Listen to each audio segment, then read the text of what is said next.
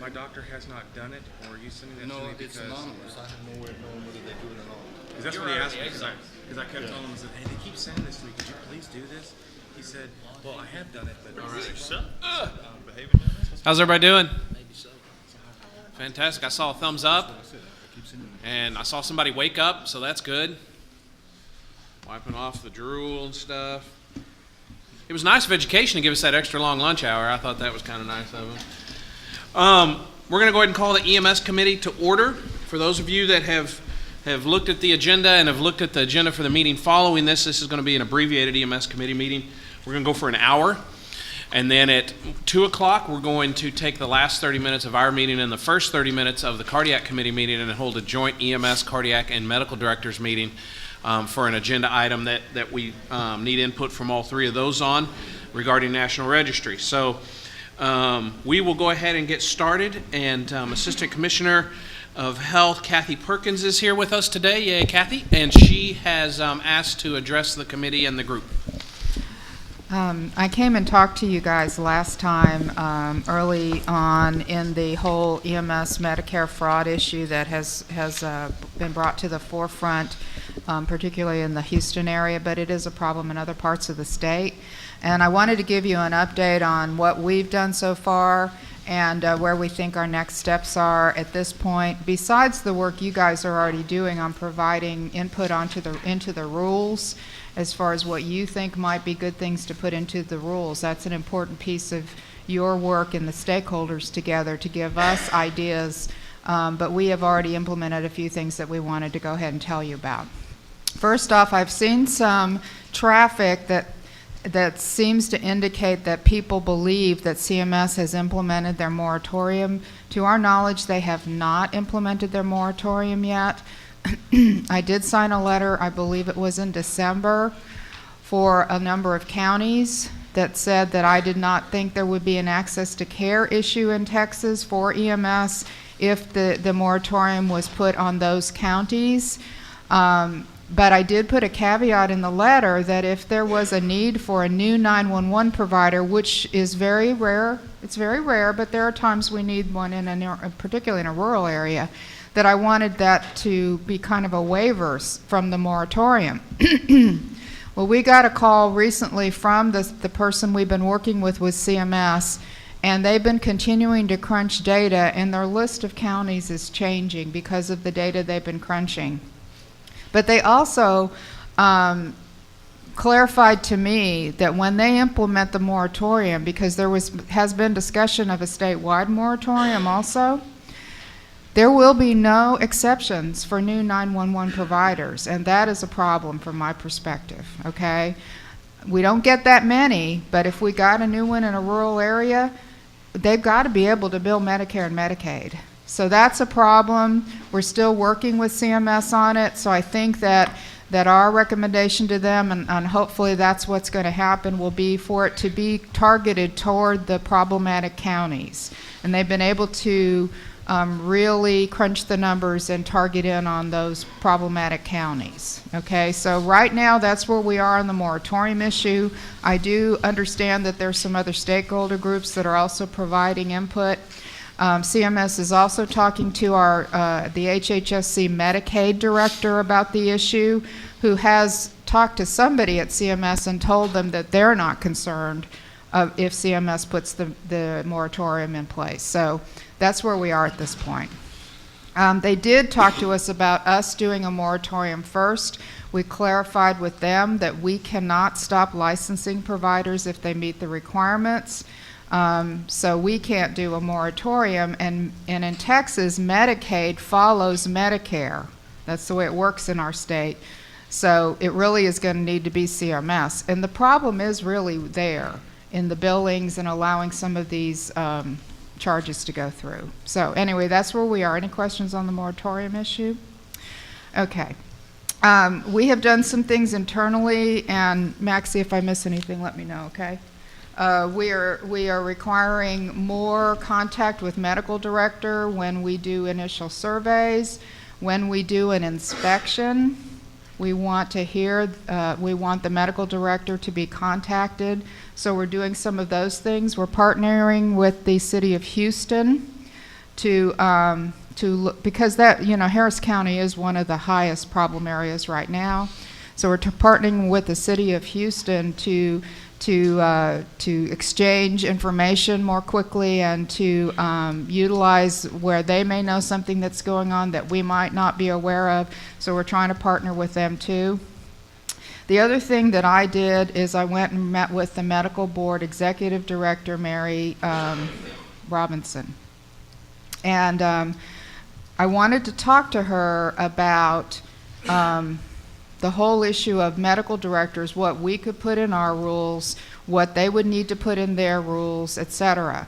And we talked about the fraud issue, and we talked about the fact that we have medical directors who have 20, 30, 40 plus firms, okay? And, I thought I was going to have to schmooze her some, but she basically said, okay, we'll look at our rules and put a cap on the number of providers that a medical director can have. So I said, okay, let's talk about that for a minute. Dr. Peirce, if I get this wrong, Dr. Peirce has thousands of medics under him, okay? But he has a lot of assistant medical directors to help with that. She said that there are other rules, other board rules that relate to medical directors, for example, in a clinical setting that have a number of providers under them. And when they're municipalities, there's an exception to that number.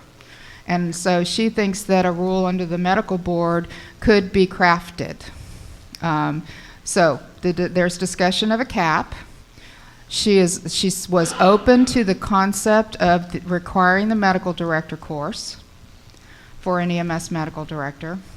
And we also talked about something on their application that indicates that they're an active EMS medical director, and she said they were open to that concept also. I wanted to get her to this meeting to talk to you guys and to talk to the medical directors, but it wasn't possible because the medical board's meeting too. So I'm hoping to be able to get her to come talk to you guys in May. But she is she is hopefully going to talk to my staff next week, because this was a critical piece that she said is not happening. She said you can have the most wonderful delegation orders in the world. Beautiful offline medical standards. She said, but if a medic has never seen that doc, has never had an education program by that physician, has never had any quality assurance, then supervision is not occurring. And supervision, if the person doesn't even know who their medical director is, then supervision is not occurring. And that has to go together. And it's the same for PAs, for advanced practice nurses. You can't just write medical protocols and then disappear. There has to be that supervision piece. And so if that's not occurring, they're not meeting the medical director rules as they are written right now. So I thought that was very eye-opening for my staff to understand. And it's something that, I want to put it there and let you guys think about it, and think about it from the perspective of our rules, et cetera. So she talked about getting together, starting to get stakeholders together to start looking at rules. I'm not sure exactly when that looking at the medical board rules, not sure exactly when that was going to happen, but I will make sure that you guys are kept in the loop of that. Hang on, I got to turn on the microphone. I was just going to ask, would it be more beneficial, since she's starting her process rolling forward, if I can talk to Dr. Ellerby, but maybe we have, we're probably due for an interim working meeting. Maybe we could do that jointly with the medical directors and not have to wait till May till she comes and addresses our two committees, and maybe do that in late March or early April?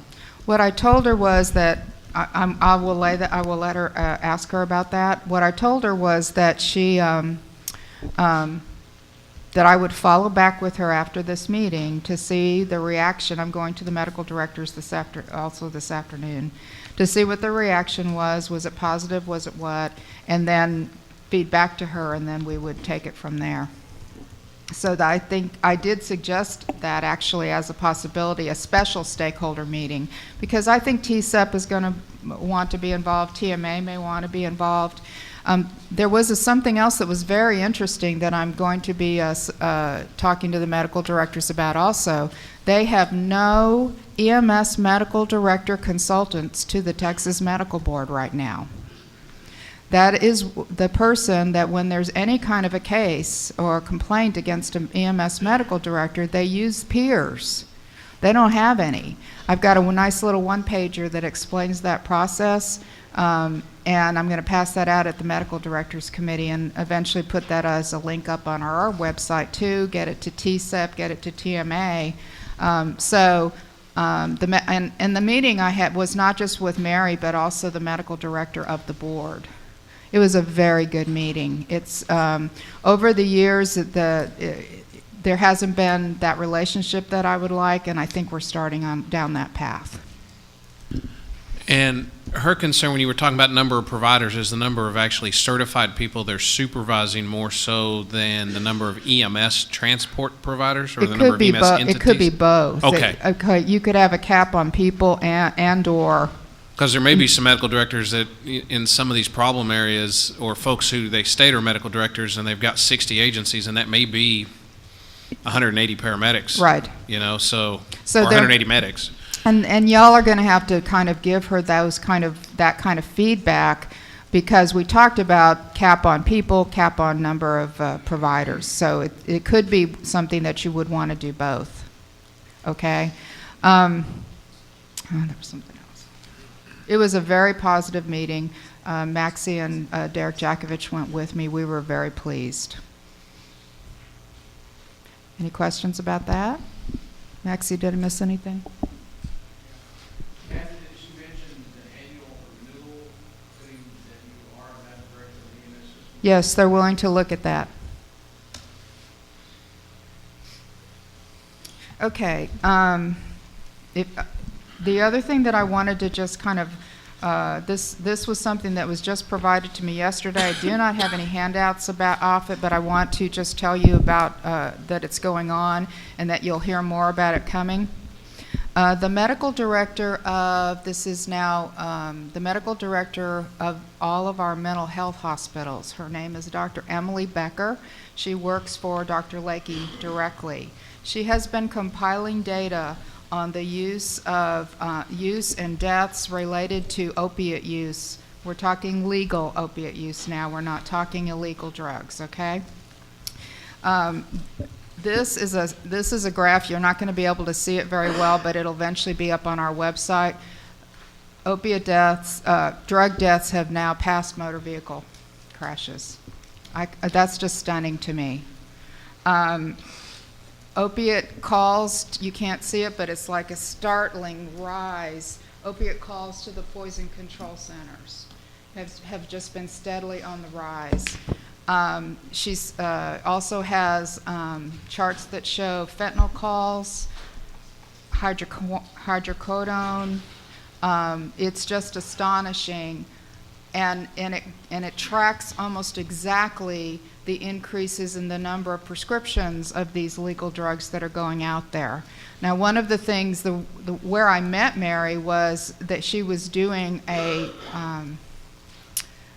presentation at the department on pain clinics, the illegal ones, and that is a big problem. Okay, just like we were talking about medical directors having 20, 30, 40 EMS firms and making $500 to $1,500 per firm per month, they're getting $10,000 to $20,000 per prescription in those pain clinics. It's really quite phenomenal.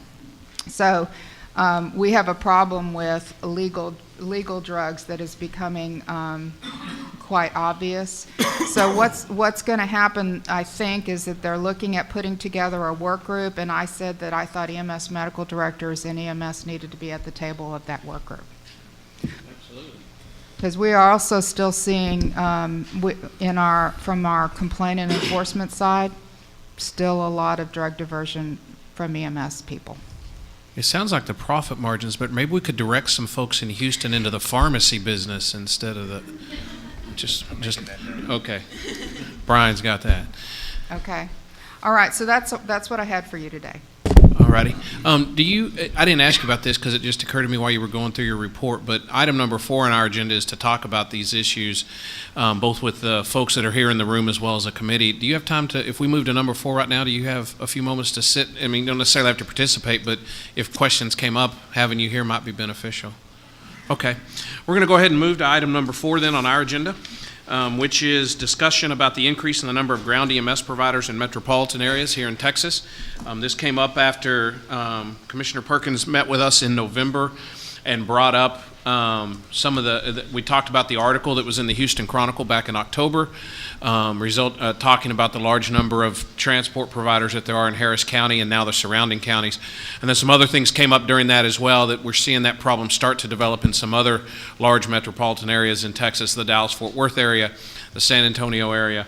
We're starting to see some of that migration as the light in the kitchen, the proverbial kitchen, starts to come on and people start to move out a little bit. So we wanted to put that back on our agenda today.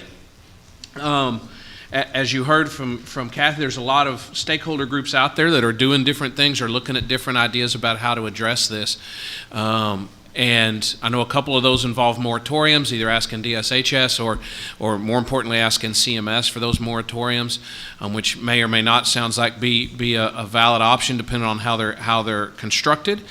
And then some other ideas out there. But what I wanted to do with the committee was to ask you guys kind of what your thoughts were and really open the floor for a few minutes just to talk a little bit about it, maybe bring some ideas out, that kind of thing that our DSHS colleagues could write down, and some things maybe we could do on a go-forward basis to try to start working towards resolving this. A lot of people that I've talked to say, well, you know, that's in Houston, you know. I mean, and I don't live anywhere near Houston. I don't live anywhere near San Antonio. I don't live anywhere near Dallas. The problem that we have, and Kathy kind of hinted about it a couple of different ways, is that this problem is creating an issue in our state that if folks start to react, it sounds like they potentially may react with a sledgehammer, maybe not a 20-pound sledge, maybe a 10-pound sledge, but when that hammer hits, that's going to affect all of us. There's a state in our country right now that is on, I don't think it's total prepayment review, but I believe it is total prepayment review on non-emergency calls. What that means is that they go out and they transport people, and CMS does not pay them for a minimum of 90 days for that transport. Now, some of us are looking at our Medicare records right now going, hey, that could be an improvement. But that is going, so the folks that sit around here go, well, that's not really my problem. I don't live there. If we don't work as an industry to clean our house up, somebody's going to come in and clean it up for us. And that will have a profound effect. If CMS came in and said, you know what, we're putting the entire state on prepayment review for any governmental payment that goes out, that's going to affect each and every one of us in this room in very bad, painful ways. So we've got to address this as an industry. So all ideas are welcome. And I'll open it up to the committee. If anybody wants to speak from the audience, please come up to the microphone. You want to ask Kathy, you want to ask questions of the DSHS staff that are here, or just to say, hey, how about something like this? We'll take some notes on it. We'll start vetting some of this out. Anybody? Yes, Brian. Since I'm wearing a shirt. Kathy, one of the items, or one of the things that we've identified in our region, in the Houston area, is that there are, I don't want to use the word license for sale, but there's contractors out there. There are people out there that's what they do. They carry an envelope in their pocket with everything that you guys require, and I can know absolutely nothing about running an ambulance service other than I have enough money to buy the truck, and then I hire this contractor to come in and provides me medics, provides me everything I need to pass the state inspection, and then that little group goes away.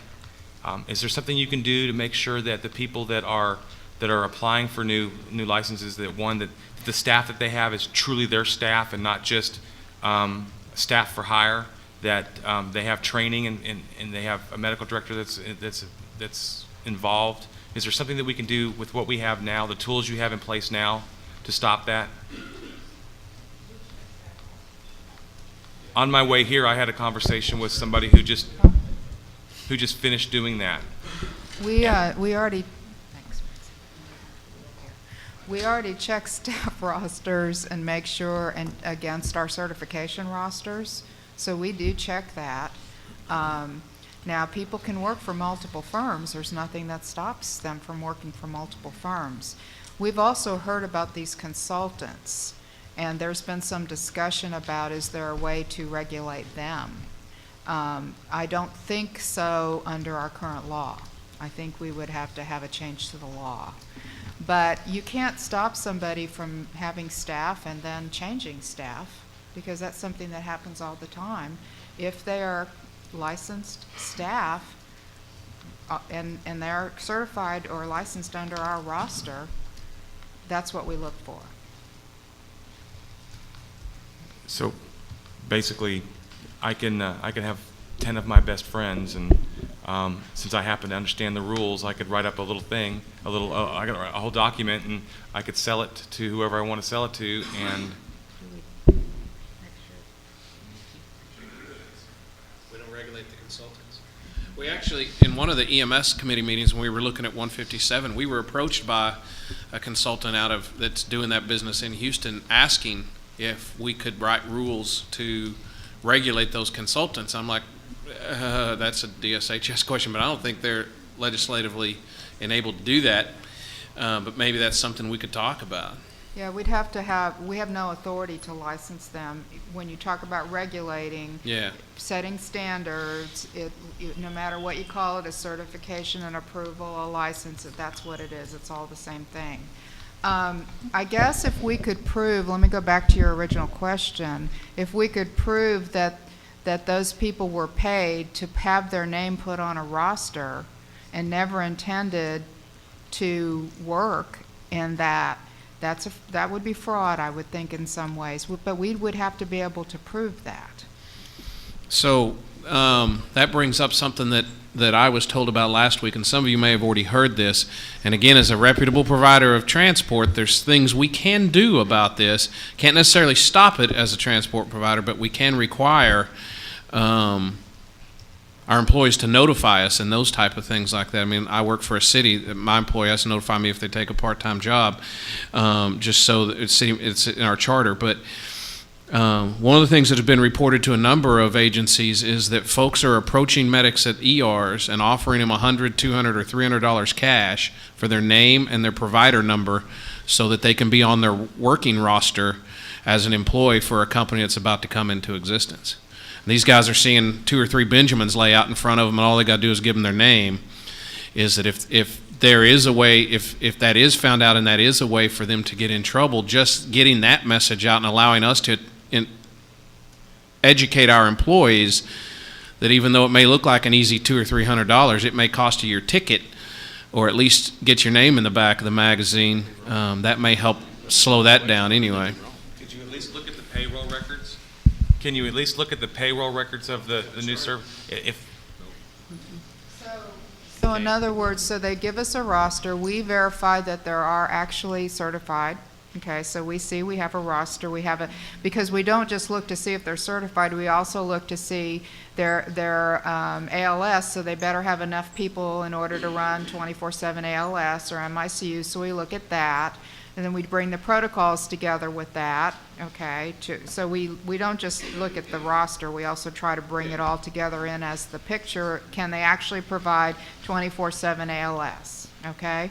So then what you're saying is, then if they never paid them, then they actually never had people? Is that kind of what you're saying? They never had those people, so then because they never paid them? Right. So the consultant sells the full meal deal.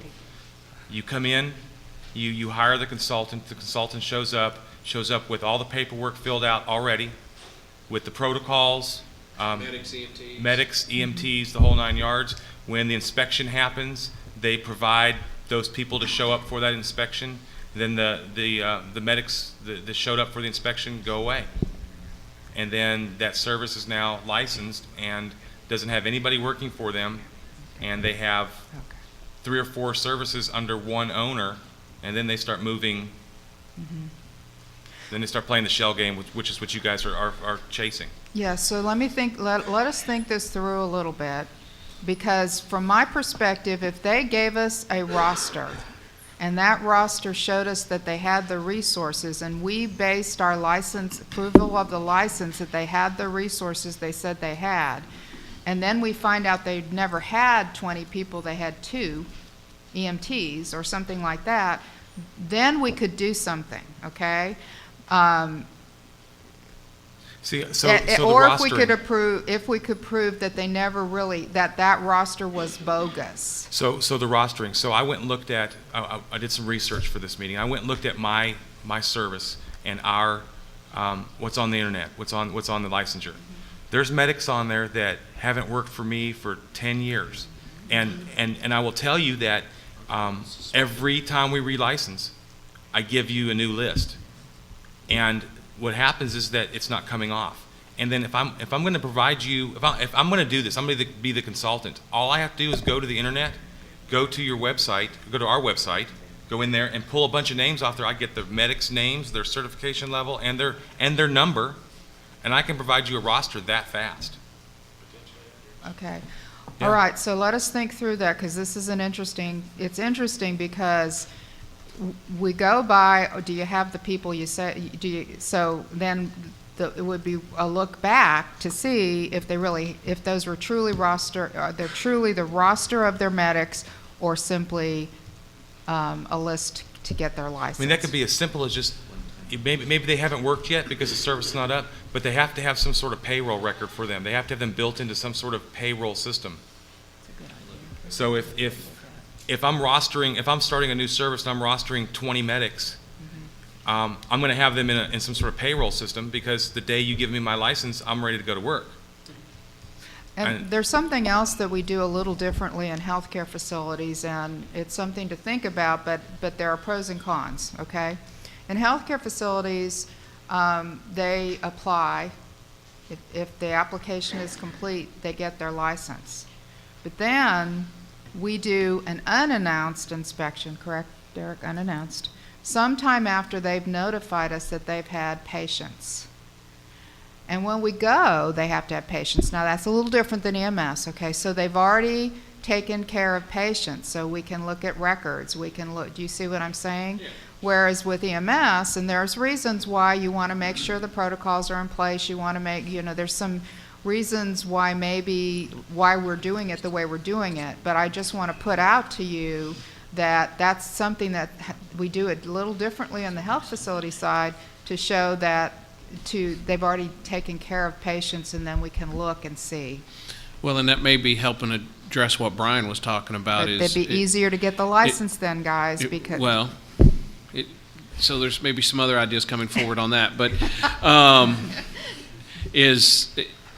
never really thought about, you do everything, they jump through all the hoops, they get their license, and then sometime in the next 3 or 4 months, ding dong, surprise, and for brand new initial licensees, I mean, that potentially could be very beneficial. But to go to them before they're licensed and then after they're licensed again, that's a lot of, we're struggling with resources, you guys know Well, that. y'all got all the people, money, come on. You're the government, come on. What about some database tools where you can go in and you can run a query inside of the state database to find out if you have, you may have one medic that works at 2, maybe 3 services part-time, right? Mm-hmm. But if you have some outliers that are popping up with 15, 20 services that their name is under, could you That's a possibility. look at those? Look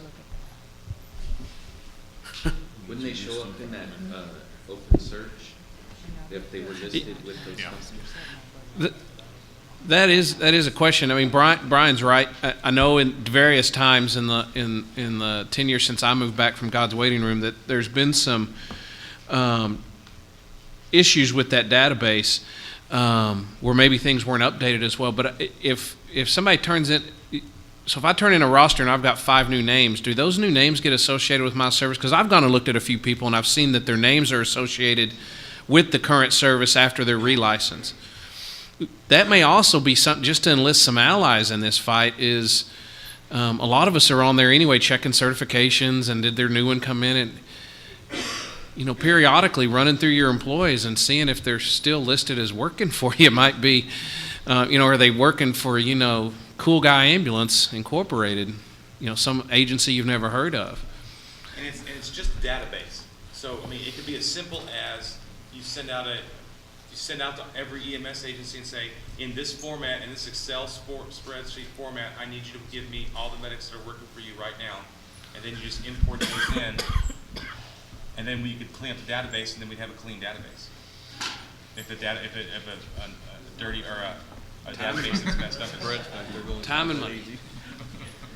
All right, what else can we offer up? And if anybody out in the audience has any ideas, please come on up to the microphone while we're finishing up. Anybody here around the table? Larry? Well, in El Paso, I know it's a city ordinance that is approved for a new service to come into town or to provide a service in the city, within the city limits.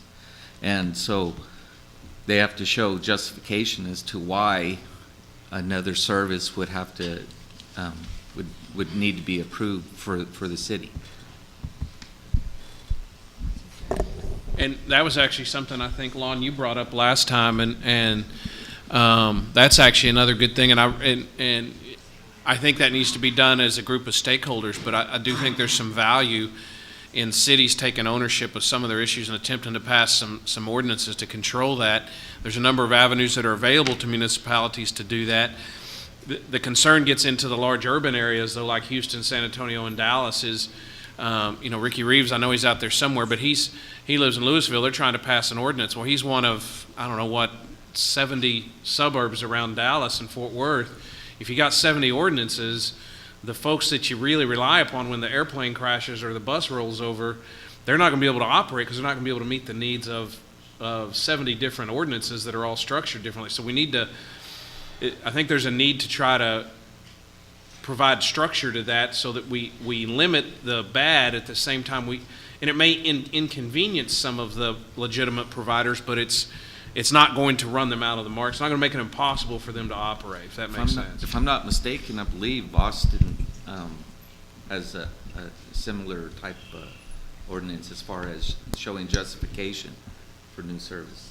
When you're looking at Houston, San Antonio, and Dallas, there's more people living outside of the city limits, next to the city limits, than there are actually living within the city limits.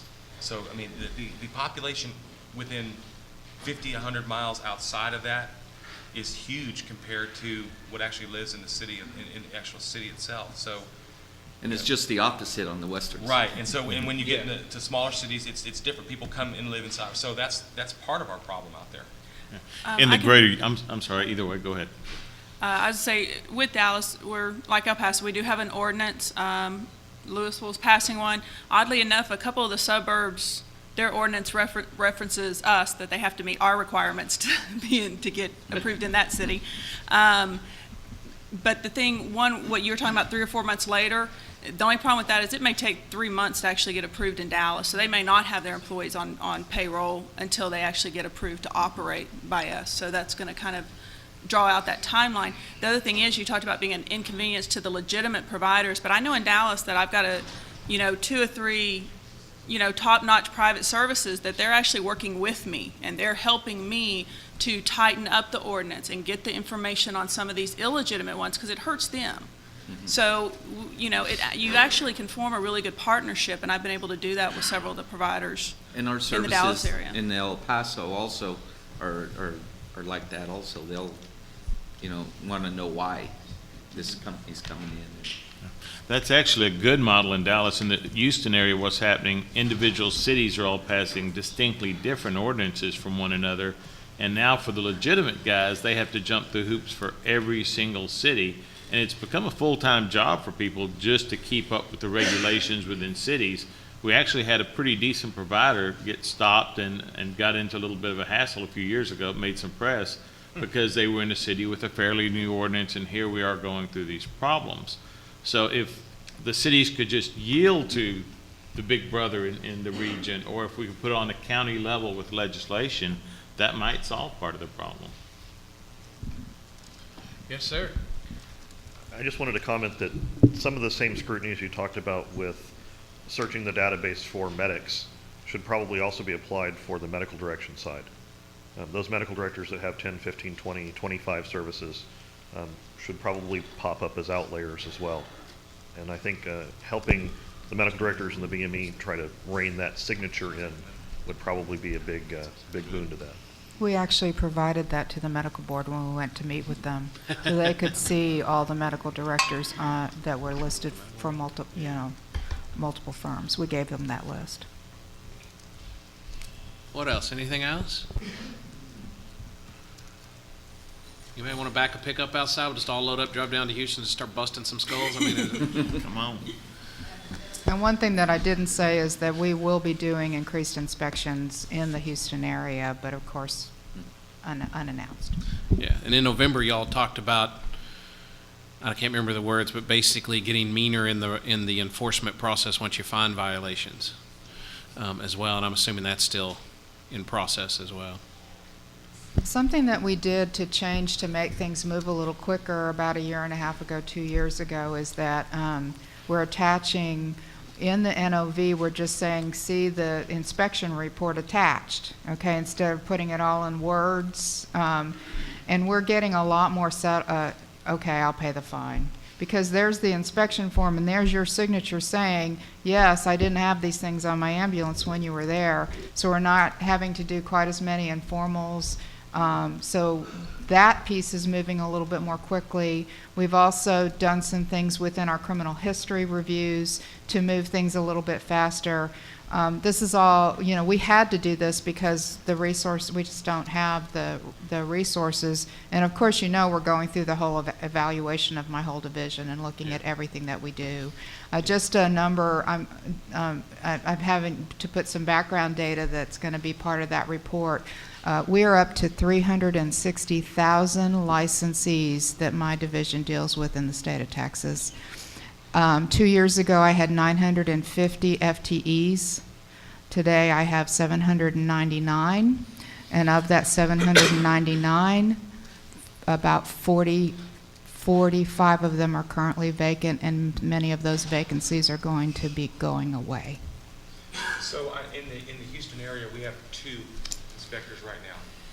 Can we call this now a crisis? And can you?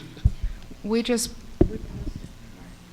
I know it's posted. posted, We did post but post one. Until that time, can we call this a crisis? And can you reach out to where some of those inspectors, the other areas have gone? I know one person went to.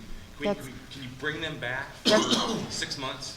That we already moved. We do move people from other parts of the state to help with the big, where we go and do a lot on the same, over a week, we'll go and do a bunch of firms at the same time. We're already doing that, but there are vacancies in some of the other parts of the state too. I simply don't have enough resources. We're trying to prioritize.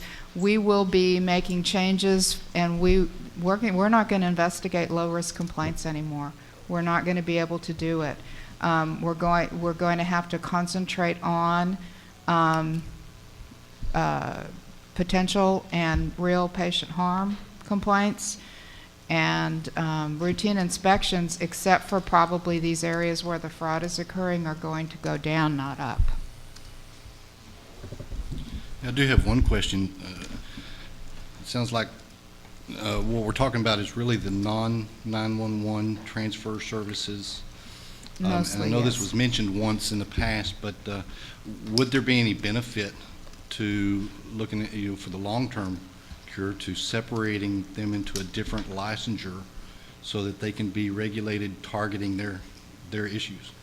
That's something that's been discussed, and have them as, I think I talked about this the last time. They came to us when they wanted to start billing Medicaid.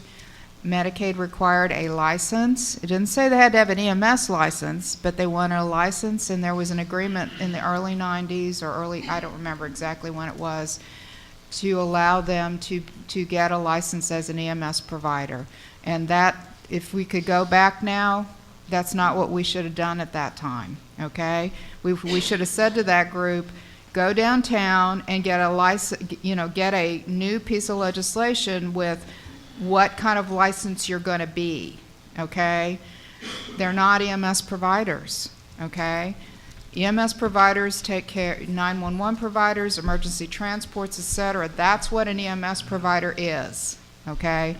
So it would be but you guys are going to have to take something like that. It's going to have to be the stakeholders to say we need to have a separate type of licensing process for these non-emergent transports. Go ahead, man. Jeff Mincy from Coryell County. This is a bigger problem than you guys know. I'm from a town of 10,000 free people and 10,000 prisoners. And as pressure is being put on some of these fly-by-night services in the Houston and Dallas area, guess where they're going?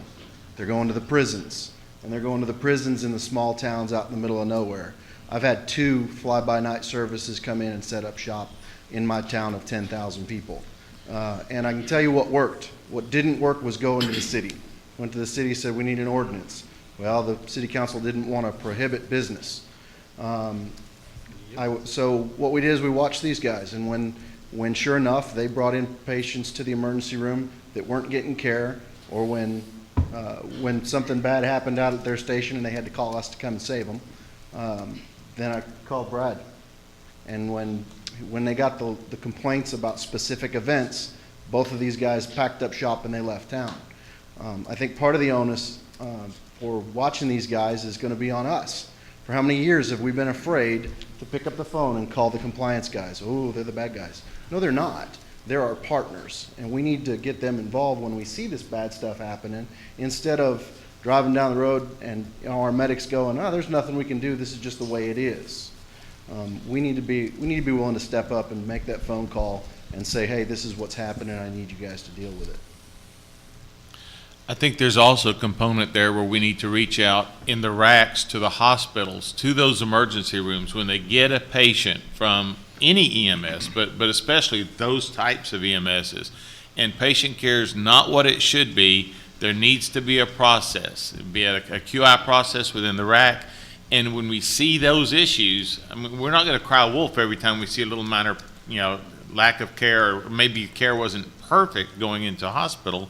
But if it's that blatant, let's team up together. Let's reach out to the state and do something about it. It can be done. But it can't just be a single EMS agency crying wolf all the time.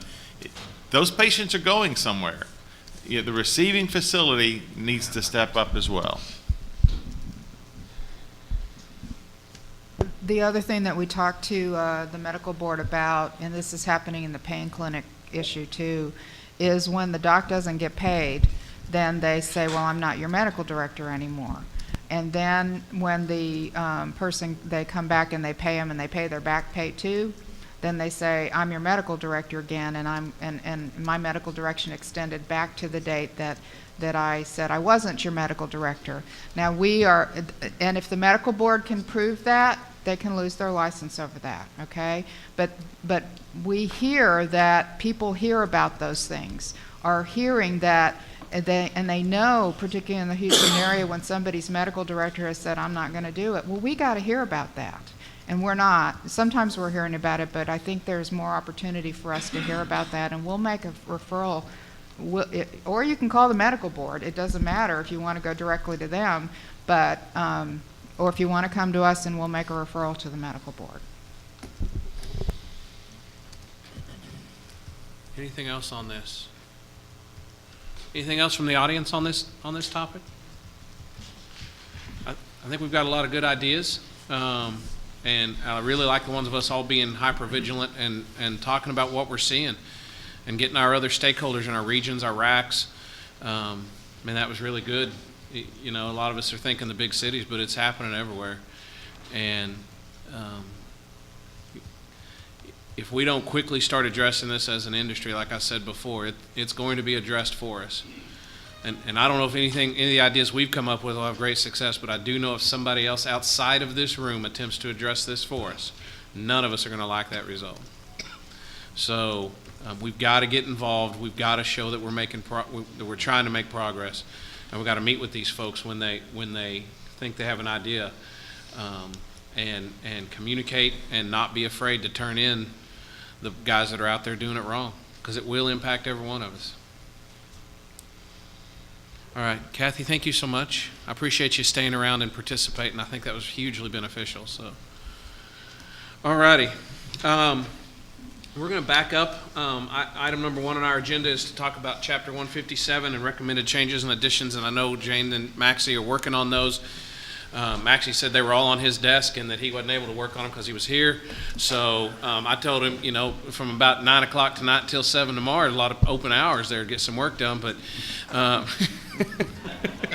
anyway, he that is moving forward. We're still looking August. It's pending storms and that kind of thing. August timeframe of those coming back is, I think, what you said in November. Yes. Okay. Okay, this is just the first snapshot. Suggestions, it's 24 pages front and back, just sections of the rule that we have suggestions of. So this is part of the process that we're going through to look at. I apologize, you don't have this in your packet. That's all right.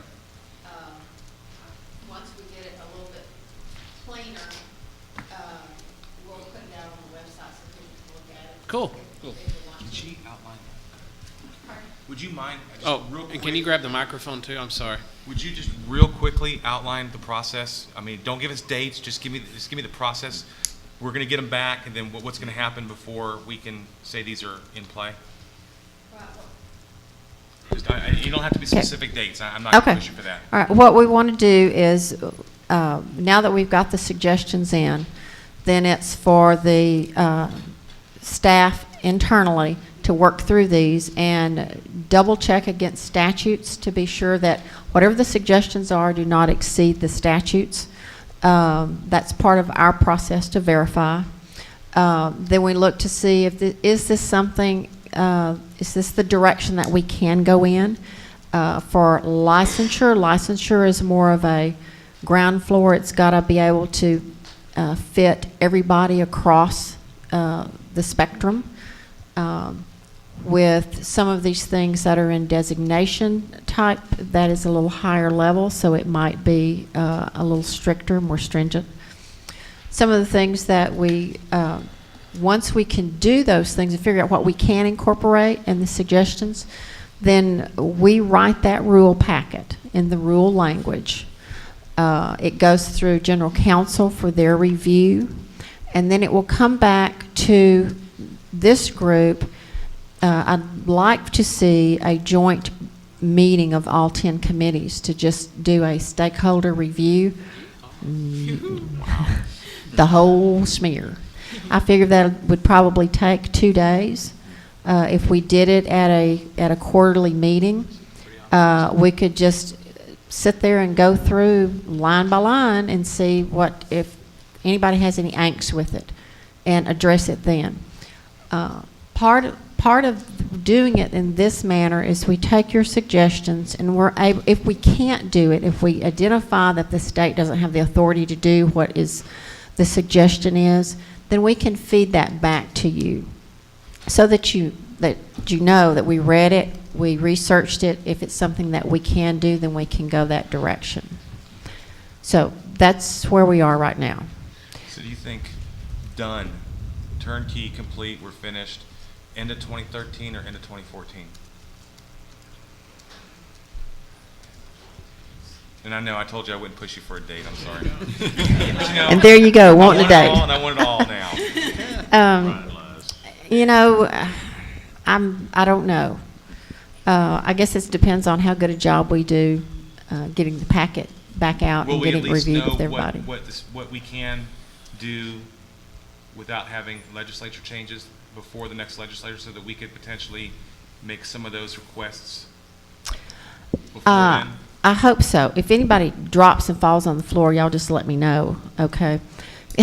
It would be my goal to have this joint meeting of a good, solid draft document for next November.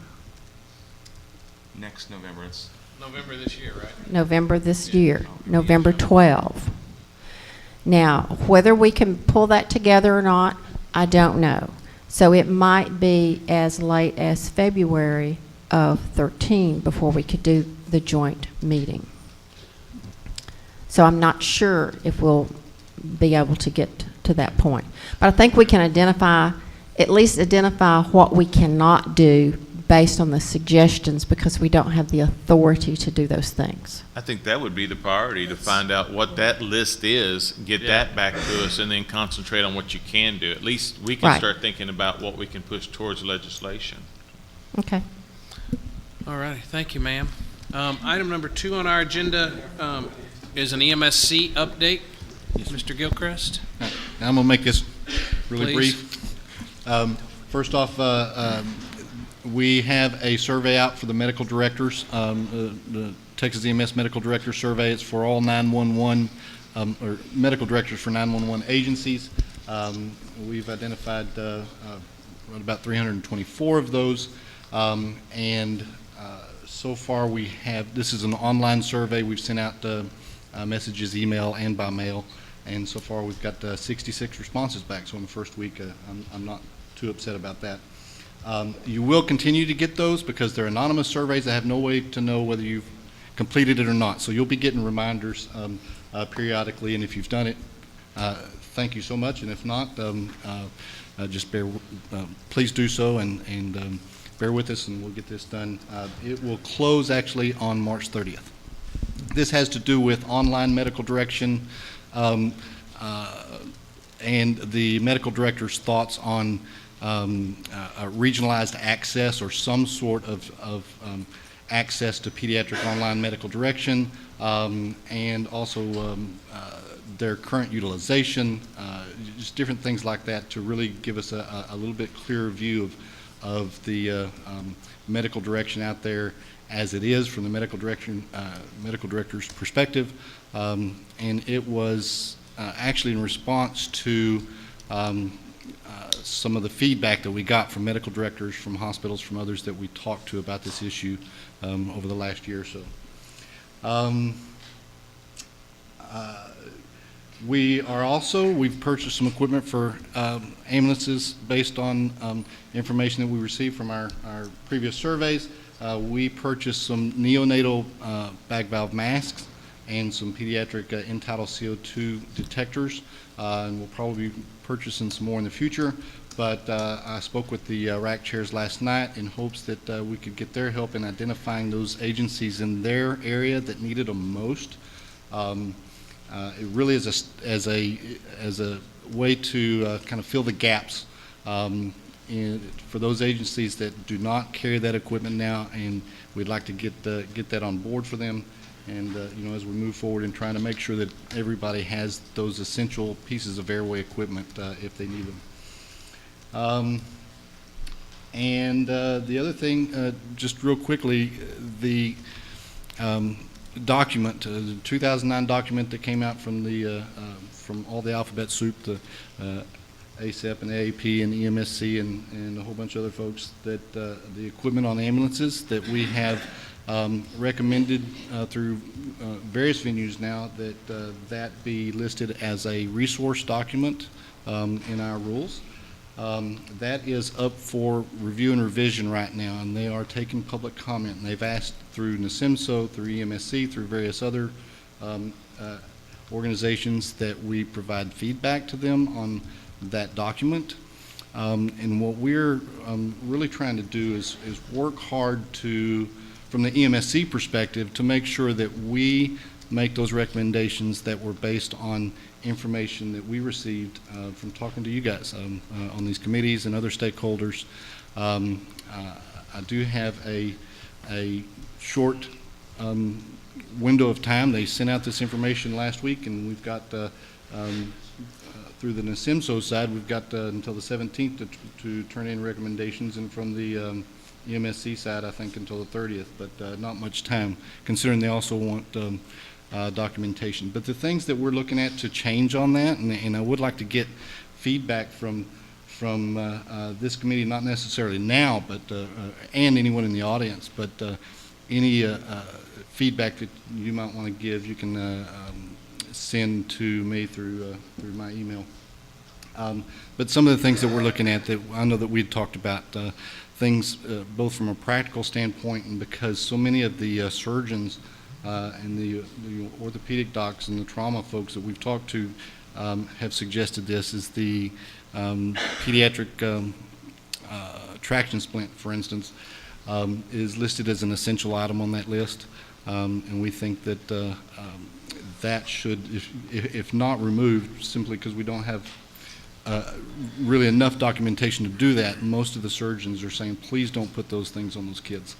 And which is new information to me. So I've asked them for some documentation, and hope to be getting that in the next couple of days. But we think, certainly that's one item that could be moved. Things like, from a practical standpoint, again, why do they put a Broslow tape as essential equipment on a BLS ambulance? That should be an ALS side.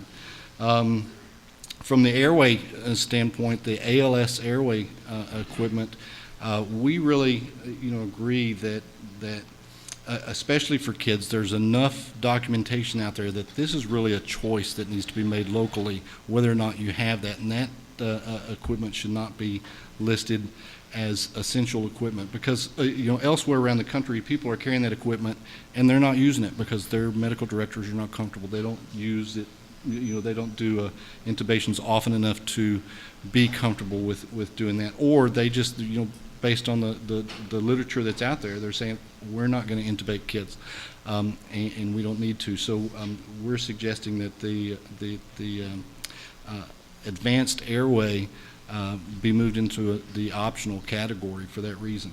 Why is that important to us? We're not going to follow this list. We're not going to mandate this list, and I agree with that. But if we are going to use it as a resource document, I think we need to be as careful as possible that we put our input into it as a national standard as to what that list should say, first off, and also because we want people to use this as a resource. And if they're looking at this document and nobody here agrees with it, they're not going to use it as a resource. And so we want to take that information to them. What they're going to do with it, is we have no more control over than that. But I do think that from the NASIMSO aspect, from the EMSC aspect, and from individuals out here, that I think it would make a loud statement from Texas if we were all pretty consistent with the message. There's not a whole lot of changes that we think need to be recommended, but I think there are some important ones, and that we are showing that we're really doing this from a collaborative standpoint here. So, that's all I have to say about that. You can find that individuals, anybody can put recommendations in through the ACS website, FACS, I believe, .org, isn't it? Maxie, I know you sent that out and once before. Do you think it'd be possible to get that on the DSHS webpage, just that they're accepting and have that link to where you go to do that? Yeah, and Okay. and I believe the public comment is open until the 30th. Is it the 30th of this month? I hope not. Not the 30th. The last of this month, or is it the last of next month? I don't remember. Sadie Hawkins when Day. The public. Okay. I mentioned that the other day. Somebody stared at me. They didn't even know what I was talking about. Man, I feel old. Number 3 on our agenda has to do with an issue that Justin brought to my attention, was something that they'd had up in their part of the state, and evidently this is something that's gone on in some other areas. The Air Medical Committee also talked about it. What it has to do with is with patient care issues that occur when both EMS ground providers are on scene and air providers are on scene. And there's a whole host of those things that could happen. Maybe something untoward happens when they're both in the back of the ambulance. Maybe it happens out on the street. Maybe it happens during a transfer with in-state resources. And then the one that really gets kind of weird is if it happens with out-of-state resources. So a fixed-wing aircraft flies in from Florida to pick up a patient and move them to another part of the state or another part of the country, and something goes wrong with that patient while they're in the back of the ambulance, moving that patient from the hospital to the airport. And part of that, I think, is an educational thing. I think ground providers need to understand that that if their folks aren't going to be free and clear of blame, liability, and/or scrutiny by DSHS just because the air medical provider's on scene with them. A lot of times that's tough for a lot of agencies to understand, but we own that patient because we were the ones that got called off 911, so it gets kind of squirrely at times. There was a report given that I think would be beneficial. I know we're tight to running out of time, and we really got to get into that joint meeting. Anyway, there was a report given. There's some work being done by some air medical providers that basically is going to be shared with the National Association of State EMS Officials. And what that's going to do is suggest legislation and/or regulation be put into place where fixed wing and even rotor wing that fly into a state where they're not currently licensed, if they do so on any type of regular basis, that these organizations are going to recommend the states require those agencies to get licensed in the state and to report that to the state when they're flying into the state as well. So that helps with one piece of that, and Maxie, you may want to address that. But I think the other thing, and we'll put this on our agenda as an EMS committee, because I think we need to meet again before May, and we can talk about it a little bit more then, is how do we get it out to the ground folks that they bear responsibility even after the helicopter lands on their scene. So, Maxie, do you want to say something? I was going to say, yeah, you better put it on your agenda for next time. But your scenario is different from what I heard this morning, and I just want to clarify what I'm hearing. Now, you said if they come into Texas and pick it up this morning, they were bringing people to Texas and our ground units was picking them up. Well, that's a little bit different. If they're coming picking up a person in Texas, if they're coming to pick up a Texan, then they have to have a Texas license. But if they bring a patient here, bring one here, and our ground people, then they're not required to have one. But if they come pick somebody up in Texas, take them somewhere, then they're required to have a Texas So the only certification. fixed wing providers that Texas hospitals can use to move patients out of Texas are Texas fixed wing providers. According to statute. If they come into Texas to pick up a Texan, Okay. You know what we're going to do? This is on the medical. Is this on the medical directors committee today too? Somebody out there? Okay, good. Then we're all going to hang out because we got a big crowd out there, and this next issue we need the time to talk about. So we're going to go ahead and adjourn the EMS committee. We're going to break for 5 minutes, get everybody up here, and then we're going to come.